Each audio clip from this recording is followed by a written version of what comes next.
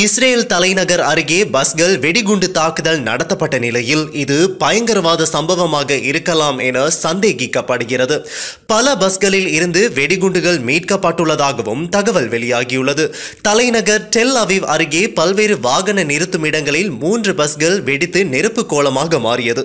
அத்துடன் இந்த தொடர் குண்டு வெடிப்புகள் ஒரு ஒருங்கிணைந்த தாக்குதல் முயற்சியாக இருக்கலாம் என்ற அச்சம் அதிகரித்து வருகிறது.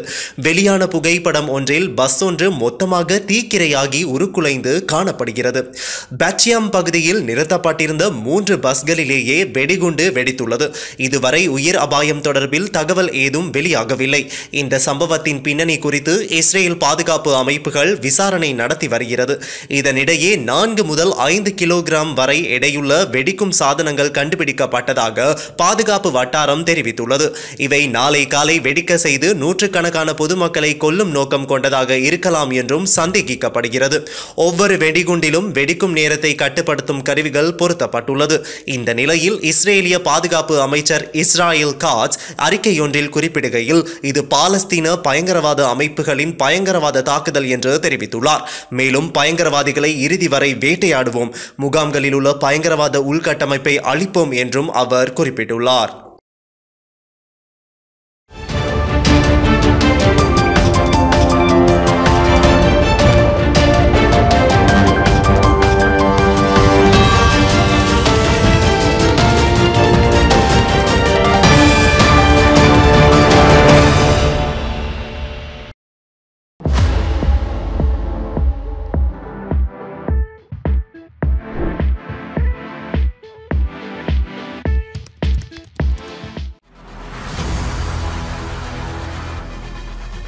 இலங்கையின் முதல் நிலை முதற்கர செய்தி வழங்குனர் வீரகேசரியின் குறும் தகவல் செய்திகளை உடனுக்குடன் தமிழில் பெற்றுக்கொள்ள டயலாக் வலையமைப்பிலிருந்து REG இடைவெளி வீக்கி என்று பதிவிட்டு 87 960 என்ற எண்ணுக்கு குறுஞ்செய்தி ஒன்றை அனுப்புங்கள்.